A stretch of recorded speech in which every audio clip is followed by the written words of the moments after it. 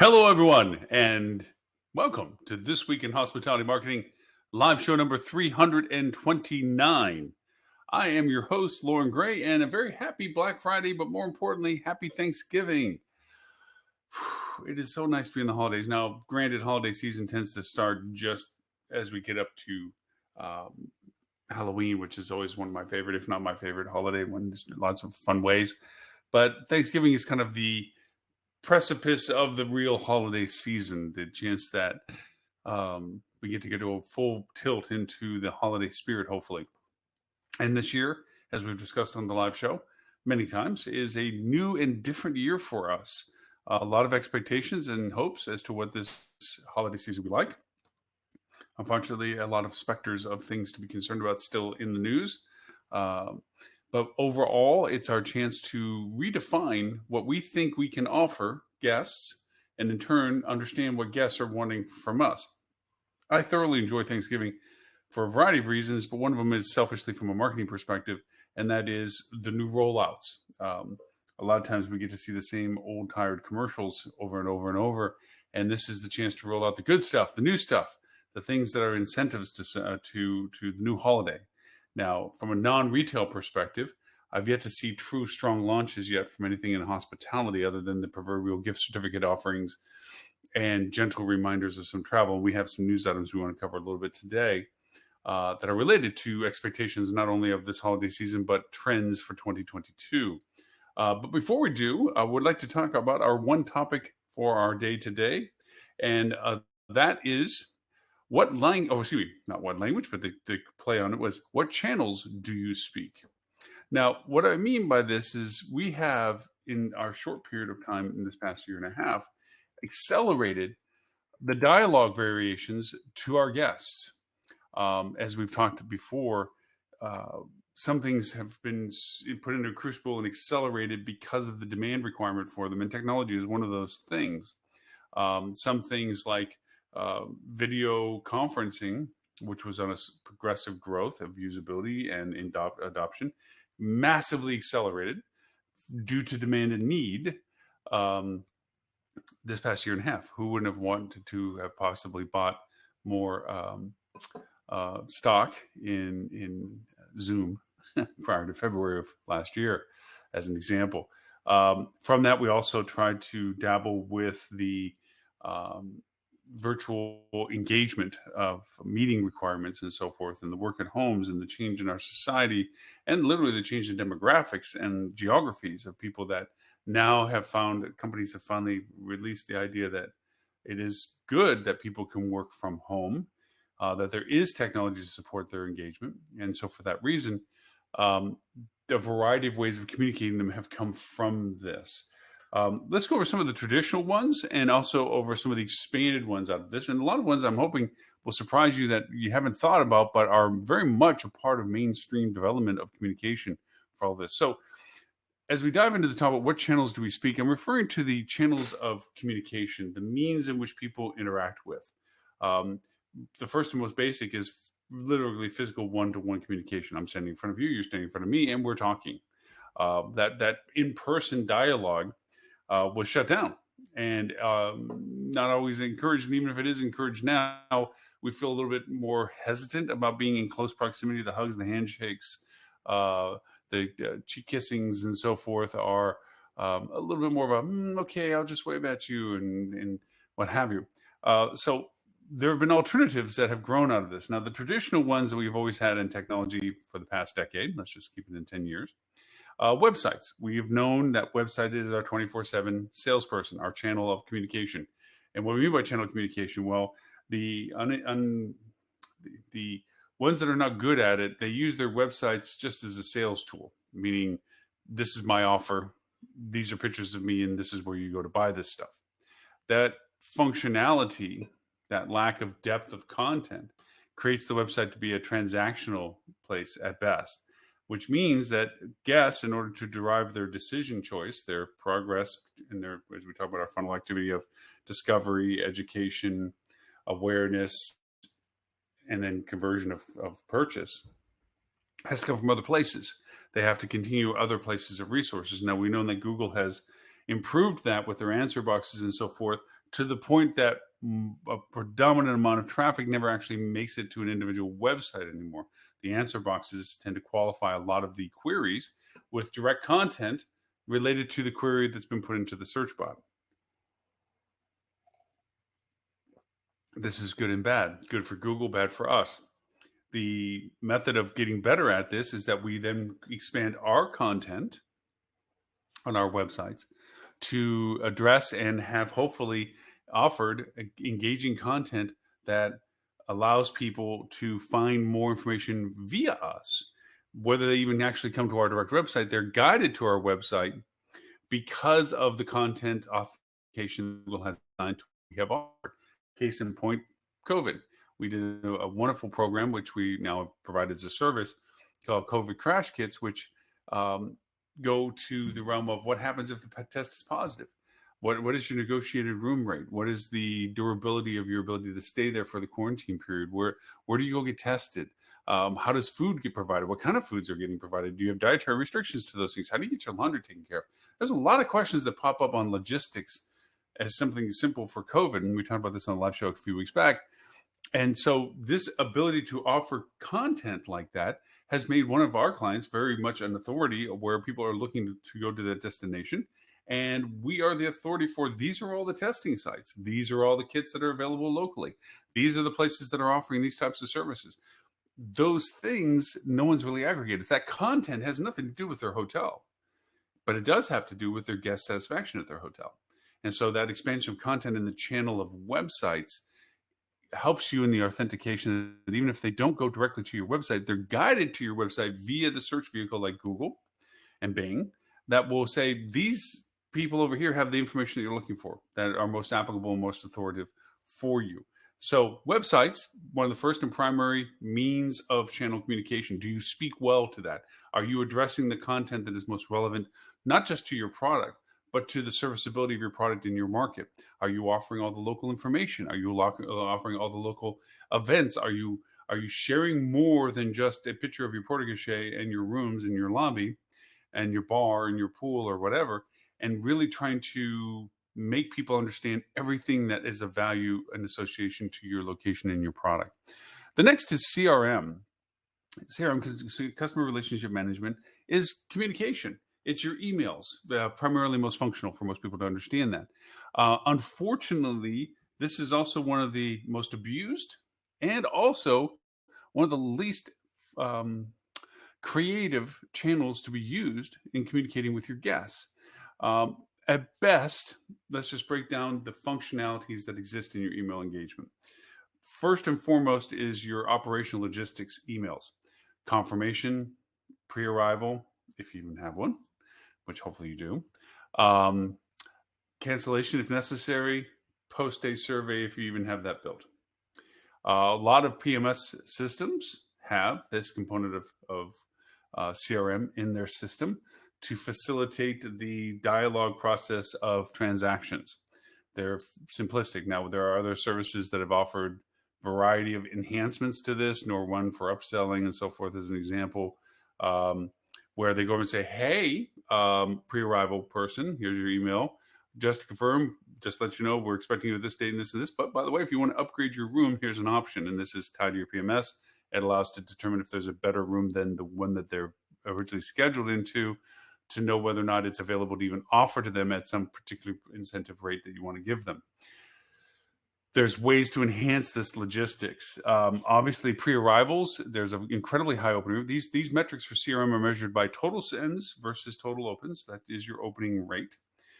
Industry averages, like 20% is the average opening rate for this type of email engagement in general. That is higher for your logistics of pre-arrivals, obviously, and confirmations, because people look at those things because it is a transaction-based communication. So there always higher opening rates for those. But then we get into the what can we do to communicate with people that we have emails with, that we've gone through the proper guidelines, GDPR, CC2, can spam, what have you. GDPR, my mind was a blank. where we are in compliance with communication, that we're using information that they provided us in the context of what they wanted to use it for, and that we are sending them communications. We look at how many do we send, how many do they open, what is their click-through rate, okay? What did they actually, for those that opened, what did they engage with? That number is very critically important. And then, of course, transactional value, should they actually purchase something from it? So our next best step past the logistics emails in CRM is, for most people, this is about as far as they get, is a newsletter. And this newsletter is a very thinly veiled version of just promotions of offers. It's really not about news. It's more about what we're offering. And they blind shoot it out, not in any deference to time zones, preference of interest, demographics of interest, timeliness of the offers. It's just, we have your email, so we're going to send you stuff. And this is where you get the high unsubscribe rates, which is the kiss of death for CRM, where somebody says, I do not want any more emails from you. And that means no more emails from you, because if you violate that, you're in violation of law. So when you push unsolicited content to people in CRM world, you're soliciting unsubscribes and a diminishment of the list. It's called burning the list.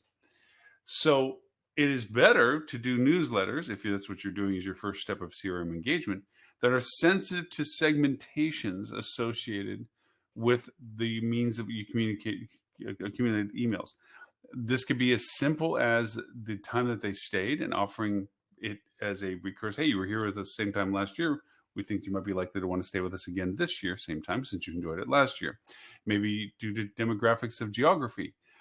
You're within the drive market of 150 to 200 miles.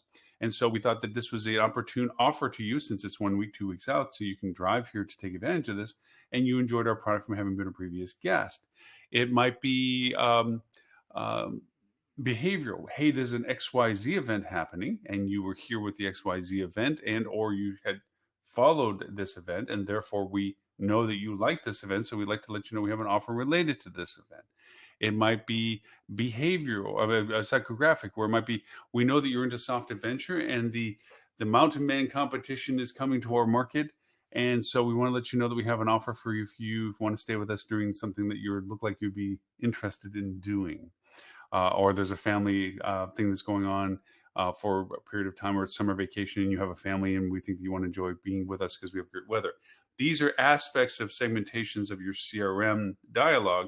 That segmentation allows for a couple of things. One is a better opening rate, because it's more relevant to what they're interested in too, which also improves your click-through rate in the sense of what they're interested in finding more about, and your conversion rate, what they actually buy from based on what you offered to them. That is one engagement level when we talk about CRM that you can do. There's lots of other ways of doing that type of communication within emails, that it's what's called progressive workflows. If something was sent, did it or did not get opened? If it got opened, what did they click on? If they didn't, they click on something, maybe retool what was sent again and see whether or not they can choose to click on it now. If they did click on something, did they get put into a silo of content that you use later to re-enhance what they're interested in with something specific for information? And it doesn't always have to be offers. It's about really, truly giving them information that is relevant to their interests, so that they can make choices about saying, wow, you know what? I hadn't thought about going back to that location, but given the information that's been provided to me, I love this thing that they're doing in the market. Let me go back and see if I want to go there. So that's CRM. Another means of communication channel-wise is message bots. This is tied to your website, but also tied to other platforms. Message bots allow people to not have to go through the, oh, geez, I can't find what I'm looking for. I have no time to go find the links that are supposedly in this thing that of information, or that they might not even know you have a great list of things to do for a certain event. But a message bot can help them engage with you and solve and communicate with you in a way that doesn't take away from your lack of resources, which we'll talk about in a little bit. So message bots can help with a lot of level one communication. What do I mean by level one?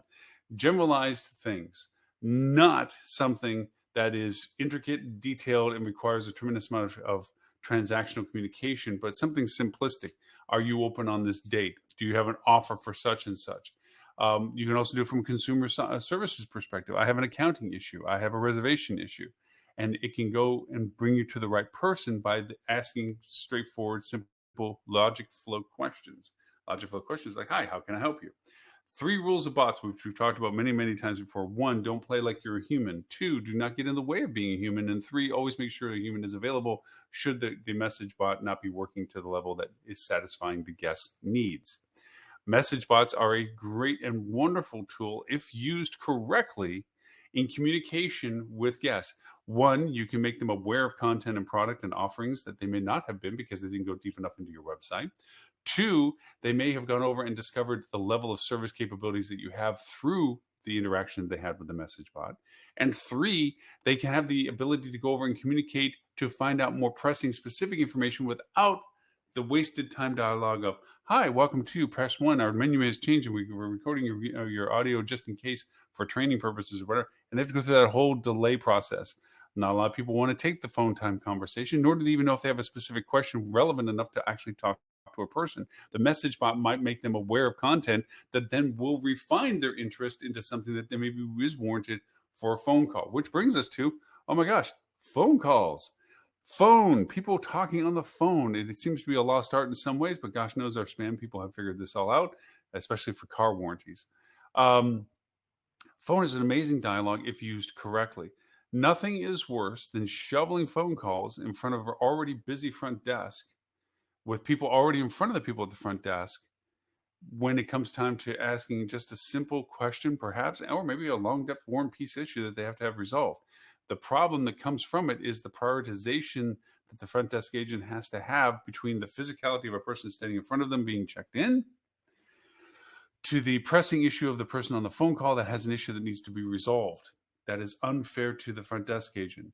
If you're relying heavily on phone communication as a channel of communication, then provide someone that is not as distracted to answer the phone. This might mean your salesperson in the back turns into your service person, as Mary used to say, answering the phones of people, because now you add the extra layer of people that are within the hotel calling down for additional information. If you make too much the juxtaposition for communication, there is guaranteed times of prioritization issues. I can't answer the question to the person in front of me because I'm talking to the person on the phone that has a more intricate issue. Meanwhile, room such and such is also on hold, waiting for me to clear up the fact that their toilet doesn't work or something. Too much prioritization, all of them equal in value. Unfortunately, there's losers in that conversation, and usually it's you. Because at any which one point of those, you either irritated the person in the room, irritated the person in front of you, or irritated the person that was calling you. Not valuable usage of your bandwidth. Means of communication that can supplant some of this stuff, incredibly helpful. And we'll talk about more of these variations that come up. So phone, old school in the sense of it being traditional, new school in different ways of handling it when it comes to being able to use other means of communication channels, which we're going to get to. So let's get to some other fun stuff to it. Now, another one that's more prevalent now, more so than ever, is social messenger. The ability on social platforms like Facebook Messenger and what have you to communicate via social media platform. Dialogue. You can even do FaceTime, which is their version of visual communication. Not that you always want to warrant that, because not everybody is camera ready, especially if they're behind the front desk and people walk up and they can blurt or say or get onto the conversation inadvertently. And that might be not a good thing. Who's to say? But controlled dialogue in social messaging, be it audio only and or just text, can be a huge value asset when it comes to communication for expedited questions. One thing we all know about chats is it's not about, hi, how are you? How's the weather? How's things going? How's the family? Oh, now let me get to the point of why I'm reaching you. They can be much more succinct and much more specific. Like, hey, do you have rooms available tonight? That's a pretty straight question. I don't have to say, hi, how are you? How's the family and everything else? And by the way, do you have any rooms? I can just answer you a quick question. And that can be very, yes, no. Yes, they're at 189. Here's the link for it. And you can have a lot of things like this. And you can also have a lot of pre-programmed things. That goes back to your website having an enhanced communication like a chat box. It's like your own version of social messenger, only it's not on a social platform, it's on your website. That's different than your message bot, which is an automated logic flow of communication. So you have your social messenger communication as well. People can dialogue with you on social messenger. A lot of times, if they've taken the initiative past social media engagement and wanted to actually message you on social, that's what's called a hot lead. That's somebody that wants to talk to you because they are motivated to communicate and get a resolution to a question and or dilemma and or anything other than just general interest. That's really good stuff. Now, speaking of that, there is social engagement. All of these things we do on social media to solicit dialogue and engagement with us, both organic and paid. Okay. And paid doesn't always mean here's my offer, here's my rate. Paid can be here's some really cool information about an event that's coming up that we're closely tied to. But the information is relevant to the event. And through that engagement, we begin to entice and create a story of conversation with these guests that they begin to solicit us as a candidate of what they're going to do should they want to come to this event. That's how social works. As we've mentioned many times, it's the amplifier to your electric guitar, so to speak. Electric guitar sounds terrible unless you plug it into an amp, and all of a sudden it sounds amazing. Social media is that when it comes to your active paid engagement. It is a paid for play world. Your organic social is very minuscule in its engagement value compared to having to pay for that same engagement to a more targeted audience, which goes to the value of targeted audiences. So social messenger in that sense, it's social engagement are great tools for hey, we're telling the story, and then somebody pops up reading the story and they're engaged and they might share it, they might comment on it, but more importantly, if they reach out to you with social messaging going, hey, so I see that you're talking about the flower festival. I mean, how close are you? Oh, we're right across the street from it. Wow, we happen to have rates for it. Whatever the question goes for that engagement, that's where social media and social messengers work together. Which brings us to another interesting conversation, which is referred to as dark social. And this includes direct messaging and SMS texting, where you are between two people. It's not the rest of the world can see it. If I text to a friend of mine, nobody else knows what I've sent in messaging to them. And same to the direct message. If I sent them a direct message, it would be like from me to them. And so from that dark social is a high non-tracking component of dialogue. SMS messaging can come from campaigns that you do based on people willing to share their cell phone information.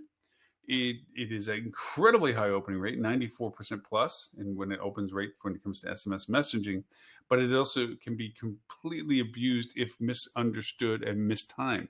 Obviously, if I am not within a 2-week period or a 5-week or a 2-week period, or a 1-week period, and you're offering a short-term hot deal, and I'm back on the other side of the world, you're now wasting my time, my text time, and I might just unsubscribe or tell you to stop because you're sending me stuff that I can't act on. I love you. I think they're a great hotel, but I can't act on what you're sending me just because you have my cell phone number. Knowing in what context you have a cell phone number for SMS messaging is as critical as it is the demographics associated with it. What are they most interested in? SMS messaging has a lot of rules to it. Same to the social messenger as to how often you can interact with people. Unsolicited, directly from you to them first. Okay, you can react to people all day long, but how much can you solicit the engagement has certain guidelines and rules of what you can do. And so with SMS messaging, you have to make sure that as effective in its opening rate and as effective as it is in its communication of messages, it has to be, of all things, the most defined in its purpose than at other means of communication of channels. And today's a perfect example with Black Friday. If you had people sign up ready to understand what you were about to offer them as your Black Friday deals, and this has been one of the most traditional Black Fridays in recent memory that we've had, in the sense of stores are closed on Thanksgiving, they open up on the day after. That's a big deal. It had been bled out that for the past few years, 2 to 3 to be exact, Black Fridays and Amazon days and everything else started back in August, Christmas in July and stuff. And there was this perpetuation of who can move the marker back farther in time to offer the incredible deals that used to be offered on this mainstay day of Black Friday. And of course, now, in the past decade, Cyber Monday. What are we offering and when it comes to online sales for things? Interesting in the local, just as a sidebar to our conversation with channel communication, in our local media, a lot of conversations have come up in relationship to a large proportion of in-person shopping compared to online shopping, the way it had been inverted before, where there was a tremendous amount of online shopping and very little in-person shopping. Why? Because people are looking forward to re-engaging in the experience of a holiday adventure, holiday shopping, and the walking in the stores and seeing product. Also, too, we also know that this is a supply chain issue. So if it's on a shelf in a store, it means you can actually buy it and put it into a shopping cart and walk out the door having purchased it, rather than hoping it will make it before Christmas. And especially when we're told that delivery dates are already in question for most platforms anyway. So Going back to our conversations, we left it at dark social. And now we're going to get into more visual conversations. This is more enhanced dialogue about things that are beyond what we are normally traditionally engaged with. And this has come a lot out of from our past year and a half. Because of better bandwidth, 5G and better fiber optics and more people online doing things, including TV and what have you, we are very much a visual. It seems like forever ago you couldn't watch a video on your phone, or at least not any time in recent time where you had to sit there and literally watch a snail's pace progress bar of loading down a very short video to watch. It was impatience at best, and you didn't really want to do it unless it was so important that you had to waste the time to watch it download. Now it's instantaneous. We can watch anything on our phones with its connection and networking capability. Now it's like, boom, you send me a video, I'm seeing it. You see a meme, I'm seeing it. I see a GIF, I'm seeing it. It's instantaneous. We're visually engaged. What makes that very nice is because of the screen size and so forth, not everyone's into reading, so visual is big. Let's talk about visual social first. Visual social is like Instagram, YouTube Shorts, Pinterest, and TikTok. These are examples that I can give you about visual social. Let's take Pinterest at first. Pinterest is very I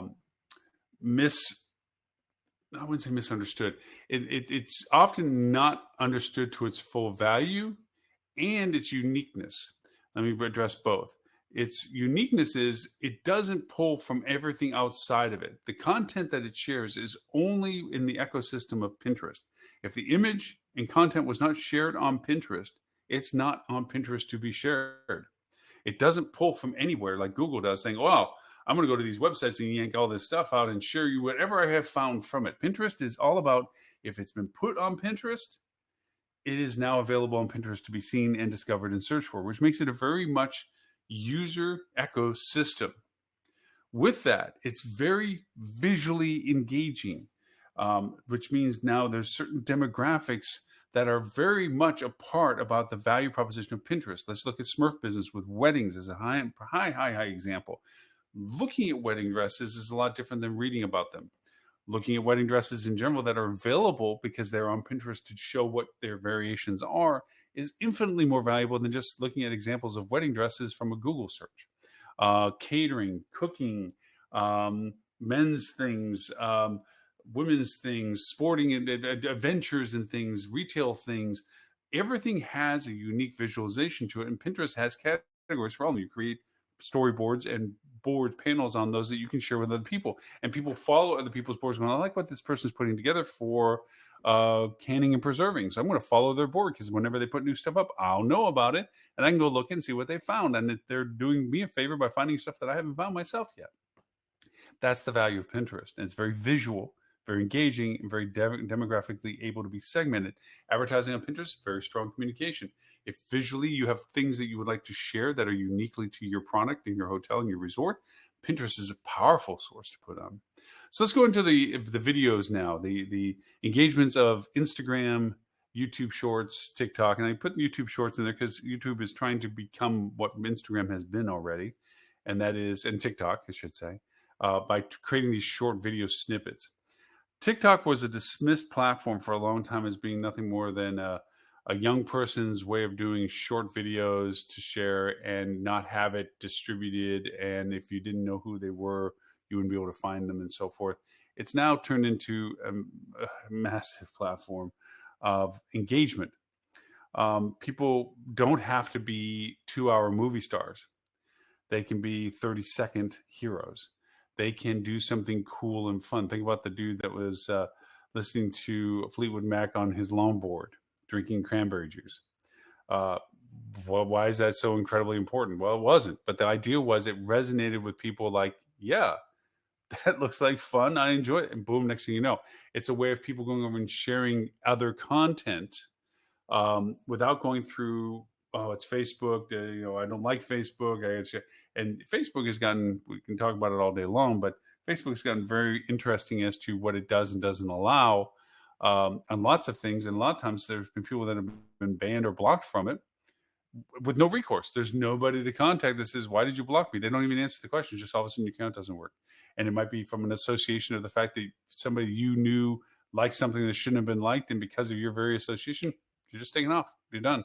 And that gets very hard to strongly invest in the platform when you're not in control of it. As we often have said many times, you're playing in other people's sandboxes, not yours. It's not your sandbox. And so you have to follow their rules, and they have the control of whether you're in that sandbox to begin with. And Facebook has really been exercising that. Plus, they've been in the news for a lot of other things. So here you are with TikTok, where you can throw stuff up and share whatever you want to with whatever way you want to.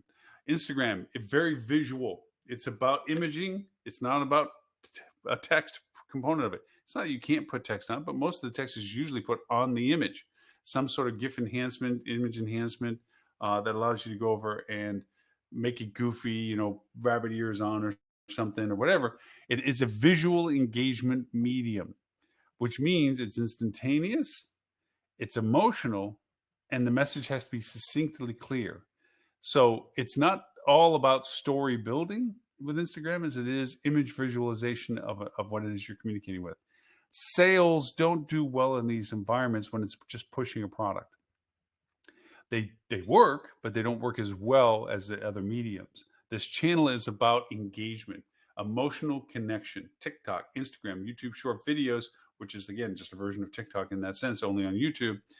But keep in mind, the YouTube algorithm allows you to be found easier. It allows for more distribution, monetization, so forth. It's a pretty powerful tool. But these visual social engagements are about emotional connection and virility, the ability to engage people and make it shareable from them to other people who share it to other people who share it to other people. It's not about whether they bought your product as it is they get enamored with you, and then if you offer them a product, they're willing to purchase it from that point. So as a recap up to this point, we have covered websites, CRM, message bots, social engagement, social message, dark social, phones, visual socials. Now let's get into more general things about visuals, because it's going to kind of lean itself a lot more into the visual and audios at this point, and then we're going to have a weird twist at the end. General visual platforms are YouTube's, Vimeo's. These platforms are the visual things that have been around. YouTube is still the second largest search engine in the world.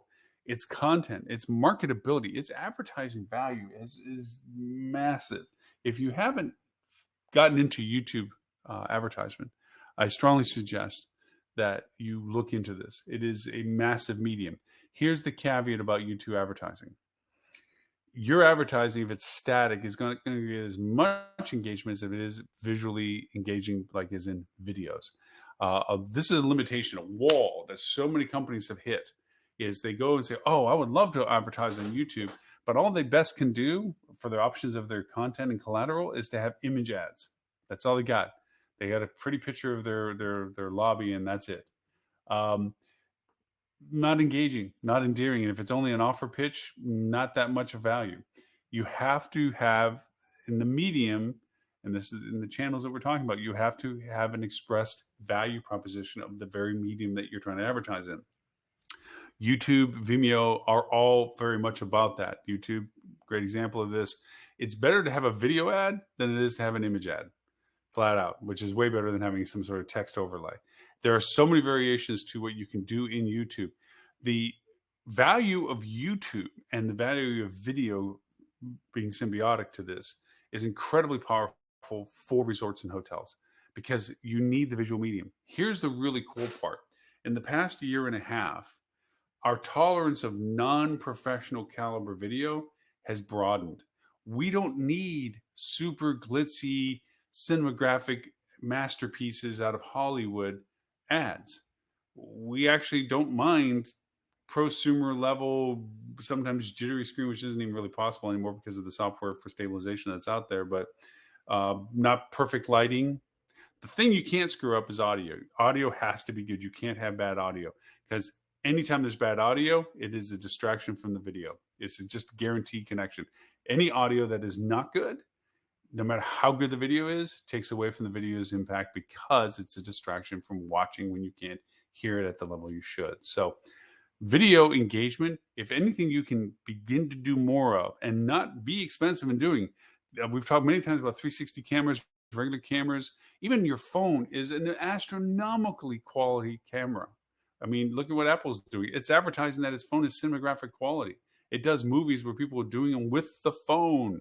So if you have a good phone, like a 13 or a 12 or a Pixel 6 or a Samsung 21 or whatever, you're getting massive good videos right from it already. You can buy a gimbal hand set for $69, and Black Friday day today might be even cheaper somewhere, and you can now create great videos that you then can put together on free software. Actually, your phone can do this, and you can load it up on places like YouTube. So that's general visual. That is internet-based visual. Okay, we'll get back to that a little bit more. We're going to go to broadcast visual. This is a place that is growing exponentially, and it is literally the new frontier in lots of ways. Now, there's lots of acronyms with this channel, and we'll go through them. OTT, over the top. This is putting advertisement in your TV channels that are on your on-demand TV services on your TV, on your smart TVs. We keep referring to them smart TVs. There's not a dumb TV made anymore. Okay, dumb TV being you have to plug in an antenna, and whatever service provided that, you literally either change the channels and or you have a cable system that runs channel 3 off of it, and it plays the old runs everything from it. Every TV that's being produced right now is what was used to be called consistently as a smart TV. It has its own platform in it, whether it's a Roku platform, a Google platform, an Amazon platform. Some brands have their own, like Sony platform, but they all have a means that allow you to subscribe to channels, okay, that you can bring in. That before, for all of us old enough, it's like, okay, we used to have antenna, and the antenna got the broadcast. Now we still get broadcast channels, but so you go over and you have to change between the channels that you're getting the broadcast signal from. That was it. Then cable came in and said, well, plug in this coax and you can get all these channels that we have paid for to give you access, and then you pay us to get that access. Then it went into satellite, doing the same thing, only you had a little satellite system so the cable didn't have to come to your house. Same methodology. You were at the discretion of the provider as to what channels were available to you and how much you had to pay to have access to things like HBO and Cinemax and all these other platforms that used to be enhanced versions of local channels where they had their own productions. Well, now the world has widely, but for instance, we are literally with a TV channel, Hospitality Channel TV. You go to your Roku, you go to your Google, you go to Amazon Prime, your Apple TV, any of those ones, and you literally go and say, I want to look for this channel. Oh, there it is, Hospitality Channel. Boom. And you add it to your channel list, and now it's a on-demand channel for you. The show's on the free side, as other program is also, where you can watch stuff where you don't have to pay for it. But there's a paid side, which is a subscription side, which is service SVOD, which is a subscription video on demand. That is another acronym for this, where you say, okay, I'm going to pay, like Netflix or Hulu or whatever, access per month to get content that allows me to see other stuff. That's SVOD, subscription video on demand. Then the channel like we have has both VOD, video on demand, and SVOD, subscription video on demand. There are other acronyms to this distribution, but this opens up a massive world, one of either creating your own content, which is daunting when you think about this, because you're putting video on demand. It's not like you have to do 24-hour programming like our website channel, which is hospitalitychannel.tv, which is 24/7. And we have a program that at 2 o'clock it plays this, and 4 o'clock it plays that, and 6 o'clock it plays that. And it's 24/7. Our TV channel, Hospitality Channel, which you can find at talktravel.tv, or Apple iOS or Android iOS, is on demand. Meaning, if I want to watch something, just like you would do in Hulu or Netflix, it's like, here's the shows, here's the episodes, click, here's the reminder of what it is, and then hit play, and you play the on demand. Either if you're not creating enough content for you to have people do that, you can certainly advertise on those platforms. Here's the really cool part. They've gotten incredibly brilliant at targeting because it's an internet connection. So because that, I can go geography, demography, time of day watching, content type. It's insane, the targeting capabilities of these broadcast visual distribution models. Brings us to another model, live visual distribution. What we're doing here today, we simulcast on YouTube, LinkedIn, Twitter, and what else do we got? LinkedIn, YouTube, Facebook. Facebook, we were multiple channels on all of them, except for LinkedIn. LinkedIn only allows us one at a time. So we have all these social live visual distributions that we can do. We use platforms like OBS software or open broadcast software, cameras like Mevos, which allow very small cameras to go over and do amazing video TV-esque studio kind of stuff. Ustream platforms in which you can provide your own content distribution on YouTube Live. The one I'd like to throw in for people to understand, which is a mind-numbing volume of stuff on it, and that's called Twitch. We also broadcast on Twitch. Well, what is Twitch? We broadcast on Twitch, which is a open broadcast channel. There's multiples of these. Started for gamers. Gamers love watching other gamers. If anybody is a gamer, you're watching somebody else play a game that you play. Everybody plays the game differently or does it better than you in certain ways and stuff. By watching other people games, you can see what they did that maybe got you stuck and like, oh, so that's where you go, or that's what you do, or that's the weapon you use, or whatever it is. And you learn from it and you enjoy watching other people play a game. Just picture around your house after Thanksgiving and the kids are playing video games and you're sitting there just watching them play the games like, oh, shoot, whatever. That's like you're watching all these channels. Twitch is one of them, but Twitch has grown so much more than that. We broadcast on Twitch so that even on your Xbox and on your PlayStation, you can watch Hospitality Channel TV. But there are so many other channels on Twitch that are so much about not games. The other night, I thought was fascinating, and people make money doing this, is there was a young lady that was running around Portland going between coffee shops for the evening. She was broadcasting live because we have that network capability that she can broadcast live from her phone. And she was walking over the phone, talking to it, saying, we're at such and such, such, such. And she was showing it on the camera. We're going to go in, and they're known for some sort of roast, blah, blah, blah, whatever. They go in. She props the camera up on the table, so she's in it with the background in it, whatever. And she's trying coffee, just talking. Meanwhile, in Twitch is this huge dialogue of chat going off on the side. And people were giving her patron money, which is a means of online internet paying somebody. It's like, here, let me buy you next cup of coffee. And they'd send $5 or $10 or something on Patreon. And she'd be like, oh, hey, John Smith, thank you so much for the Patreon, $10. Hey, Tom, $5, whatever. I watched over $1,000 given to her over the course of 45 minutes as she went between 3 different coffee shops. Amazing. Now, granted, she had to have the audience to do that and all the things necessary volume-wise to create that engagement.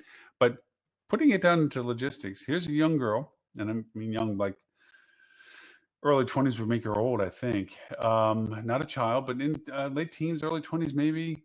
And she was walking around Portland, known for its coffee shops, broadcasting live with an audience that she had cultivated. And literally by sipping coffee, drinking coffee, and talking about all the different places, had a large amount of money put in her pocket. Now, why? Well, one is probably voyeurism. The other one is people are interested in it. But the most important thing is here you have an influencer. And we talk about this. An influencer that if I'm a coffee shop, I want her to walk into my coffee shop.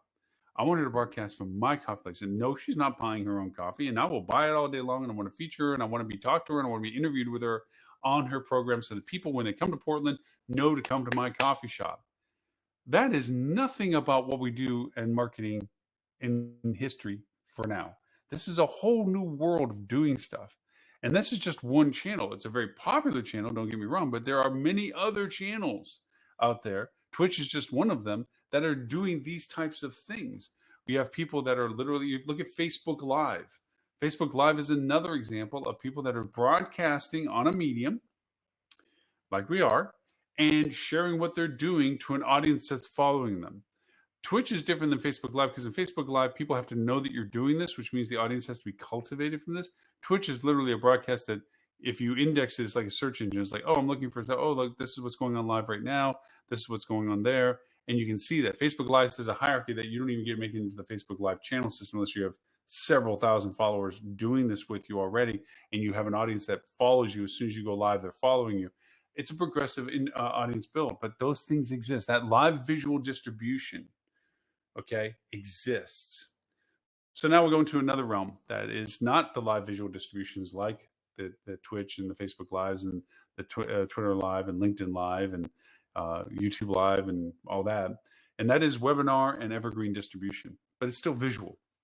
We're using live webinar as our broadcasting medium here.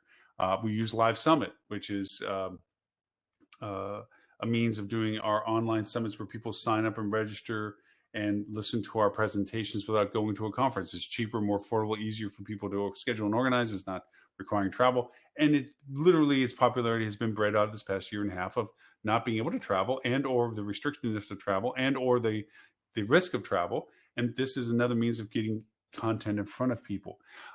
Think of things like Amazon Live, where they did tours. Now, this goes back to the live visual distribution a little bit, but they had people that were tour operators, guides in certain cities that you could sign up for. It's still there. Go to look for Amazon Live and go and participate as if you were joining a tour group, and the person's walking you around and bring you into a shop or bring you into a restaurant, and of course, in Amazon, you can buy the products that are being presented there. There's always that collaboration, but you could tip the tour person if you didn't already pay them to do this tour with.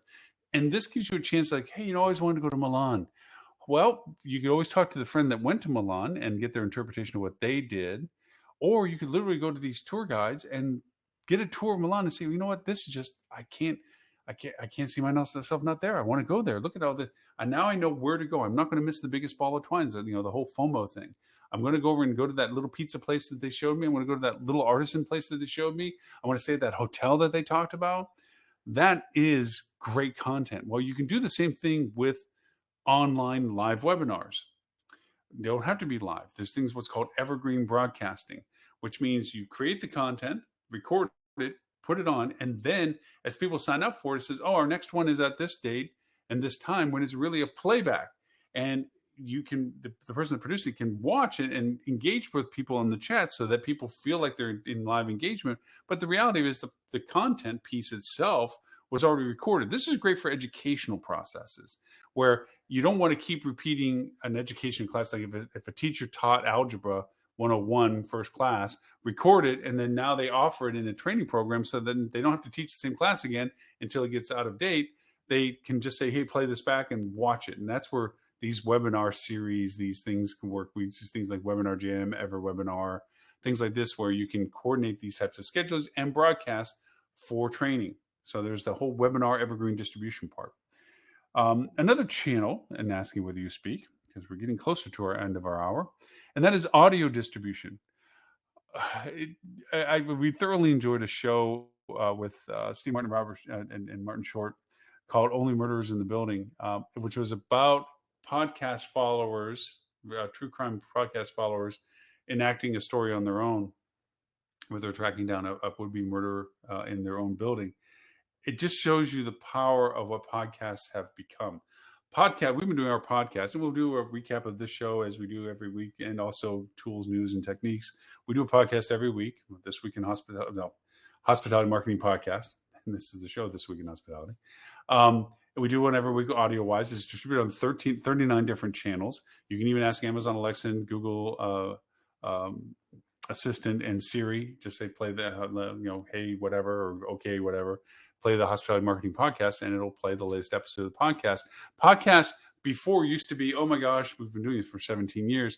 You needed a podcast software to listen to podcasts, and you had to know where the podcast was, the link to go over and be able to download the audio. You guys had to download it, which also took time for you to play the podcast. Now it's easy engagement, and everybody has a podcast. There's podcasts literally about anything. And you can listen to somebody about whatever it is that you are interested in for podcasts. We have 5 podcasts that run actually between ours, which is hospitality marketing. We have hospitality sales. We have hospitality revenue management, hospitality meta search, and hospitality reputation management. All of those are active audio podcasts. You can either support and advertise on podcasts that are related to your market. There's podcasts about destinations. There's podcasts about lifestyles. There's podcasts about things. There's things that are out there like Clubhouse, which are active live conversations that use like a coffee the house where you can go in and join conversations based on what you're interested in that's running live at the time. And it's not recorded. You have people on stage that are talking, so to speak, and then you have audiences that are listening that they can ask to join the conversation if they want to. These audio places exist, and they're very active, and they're very enjoyable, and they're very much tailored to individual interests. You as a hotelier or restaurateur can engage in those dialogues. Maybe your restaurateur is about a food genre that you're familiar with that you are featuring. Maybe it's just your location. Maybe it's your concept. But joining all these conversations that might be relevant to what you are brings in a new exposure to audiences. So there's that audio distribution. Now we're going to get into some really cool stuff in our last 5 minutes, and that is AR and VR, augmented reality and virtual reality. Just as we announced in the live show last week, just this past couple of weeks, the announcement has been made that we already know that Facebook changed its name and changed its company profile. Facebook hasn't changed, but the ownership company, just like Google changed itself to Alphabet, Facebook changed its ownership company to Meta, and they're dedicated into the metaverse. Metaverse is an euphemism for virtual reality, creating a world. Picture the movie Ready Player One. If you haven't seen the movie, it's fascinating. It's kind of a hairbringer to what the future may be like for a lot of us. As an avid VR user, I can tell you it is an amazing world to be in, and only getting better and more interesting as time goes on. But what's most important that happened recently, other than the financial commitment of Facebook and Disney and others that we reported in the news, is this whole new world of being able to advertise. Yes, we can screw up VR world as well. We have so much thing in the virtual world. For the difference between AR and VR, AR, augmented reality, is the ability to see your real world around you with augmentations like Yelp's monocle, where it would put, if you're looking down the street with lots of restaurant buildings, it would tell you little balloons virtually that aren't in the real world but are on your screen on your phone. You could tap them and you could see the menu of a particular restaurant without having to go into that restaurant, or tell you a review about that restaurant or whatever. That's augmented reality, adding to your real world with additional visualizations. Virtual reality is the creation of a world visually around you. This is usually done with headsets that have become very affordable, like Oculus Quest 2 for $299, 128 gigabyte that you can store games, and you could travel the world in and see all these amazing things. And I could go on and on, as I have on other live shows about VR. But the cool part is now you can engage it with it yourself. Not only can you create it yourself with things like Oculus Quest Channel or YouTube VR, where you can create your own VR world, like sitting on a beach in front of your hotel, and people can put the VR headset and literally be on the beach in front of your hotel, or see a tour of your hotel, or see a tour that you want to create, because 360 cameras are only $300, $400 to make the same video that you can then load up and people can use. But you can also do augmented reality things which help people, like with QR codes, where we talked about one of the tools on podcast last week, a tool that allows to do a augmented reality advertisement, where I can scan a QR code and through the screen on my TV, the docent of the information pops up and talks to you about what you want to talk about. So it could be a menu item that you can see the plate of food in front of you on the table with the QR code in front of it, or it could be that you geographically come to a certain location, and if you hold up your phone, there's a AR augmentation and because of where you're at. Lots of cool things that can be done with AR and VR. But most importantly, you can engage with your guests either from an information sharing and or awareness or advertisement from, which makes it incredibly powerful. So again, that's a deep hole that we can go into with AR and VR. It's one of my favorite conversations at this point. But now we're going to do a little twist that's going to be really weird for you to think about, but it's still very much a part of the world, and that is print. Yes, print, pages. Much like travel agents, books were supposed to be a thing of the past.